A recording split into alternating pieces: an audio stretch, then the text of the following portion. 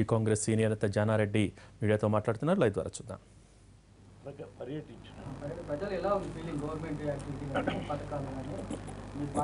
ప్రజలందరూ సరేది ప్రజలందరూ వాళ్ళ బాధను వ్యక్తం చేస్తున్నారు. వర్షాలు లేనటువంటి లేక వర్షాలు లేనటువంటి పరిస్థితి, ప్రాజెక్టులు త్వరగా పూర్తి చేయాలని, ఆ తర్వాత అక్కడ ఆత్మహత్యలకు గురి కాకుండా చూడాల్సినటువంటి అవసరం ఉందని ఒకటి కాదు ఎన్నో సమస్యలను వాళ్ళు తెలియజేస్తున్నారు.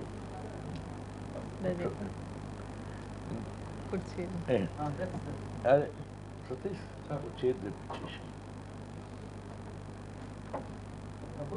రైట్. అదే ప్రభుత్వ పనితీరుని ఇవాళ నిన్న పారిశుద్ధ కార్మికుల యొక్క సమ్మె ద్వారా తెలియపరుస్తూనే ఉన్నారు. మొన్న ఇందిరమ్మ ఇండ్ల బిల్లుల విషయమైన ఈ ప్రభుత్వం యొక్క తీరుని తెలియపరుస్తూనే ఉన్నారు.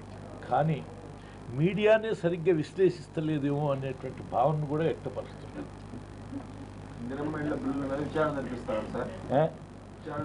ఆ విషయాన్ని కూడా నేను మొన్ననే చెప్పినాను. విచారణ ఎప్పుడో జరుగుతుంది, విచారణ జరిపించండి.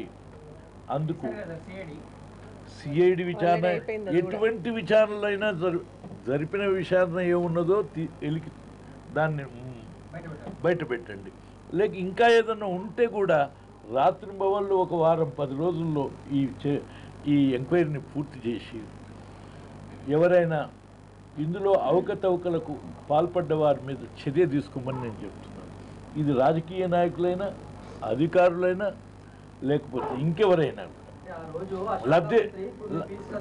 ఎవరైనా కానివ్వండి, ఆ లబ్ధిదారులు ఎవరికి ఈ అవకతవకలకు పాల్పడి ఉన్నారనేటువంటి ఎంక్వైరీ ఉంటే వాళ్ళపైన చర్య తీసుకోవటం, అది ఒక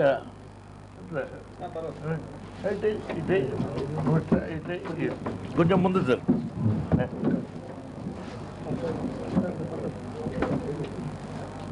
ఎవరైనా సరే, మీరు ఏ ప్రభుత్వం అయినా, ఏ ప్రభుత్వంలో ఏదైనా అవకతవక జరిగినా ఆ ప్రభుత్వంలోనే అది కనిపెడితే చేయటం, లేక వచ్చిన ప్రభుత్వాలైనా కూడా అది వాళ్ళ పరిశీలనలోకి వస్తే తప్పనిసరిగా యాక్షన్ తీసుకోవటం అనేది సమంజసం, అవసరం. మేము దానికి వ్యతిరేకం కాదు, సహకరిస్తామని చెప్తున్నాం పదే. అందుకని ఎవరు బాధ్యులన్నా కానివ్వండి, ఆయన అనేటువంటి మాట కాదు, ఎవరైనా బాధ్యులు. కానీ ఆ రోజుల్లో ఎవరైనా టీఆర్ఎస్ పార్టీలో ఉన్న వాళ్ళు బాధ్యులైనా, కాంగ్రెస్ పార్టీలో ఉన్న వాళ్ళు బాధ్యులైనా, టీడీపీ పార్టీలో ఉన్న వాళ్ళు బాధ్యులైనా, లేక ఇంకెవరైనా సరే వేరే పార్టీల వాళ్ళు కానీ అతిథులైనా కానీ ఎవరున్నా కూడా వాళ్ళపైన యాక్షన్ తీసుకుని అవకతవకలు ఉన్నటువంటి వాటిని పక్కకు పెట్టి మిగతా వాళ్ళందరికీ న్యాయం జరపటం అనేటువంటిది ప్రభుత్వాల విధి, ప్రభుత్వాల డ్యూటీ. వచ్చినటువంటి అంటే సపోజ్ సుమారు 14 లక్షల ఇండ్లు మంజూరై ఉంటే అందులో 9 లక్షలు సుమారు మొదలు పెట్టలేదు. మొదలు పెట్టని పక్కకు పెట్టండి, మేము చెప్తున్నటువంటి 5 లక్షలు మొదలు పెట్టినారు. అది వివిధ స్థాయిలలో ఉన్నది. కొన్ని పునాదుల్లో ఉన్నది, కొన్ని లింటల్ లెవెల్లో ఉన్నది, కొన్ని రూప్ లెవెల్లో ఉన్నది, కొన్ని పూర్తి కూడా అయినాయి. వాటికి సుమారు 1000 కోట్ల పైన ప్రభుత్వం ఖర్చు పెట్టి ఉన్నది. ఆ తర్వాత బెనిఫిషరీస్ కూడా 10,000, 20,000, 30,000 వాళ్ళు ఖర్చు పెట్టి అది అసంపూర్తిగా ఉండి ఎదురు చూస్తున్నారు.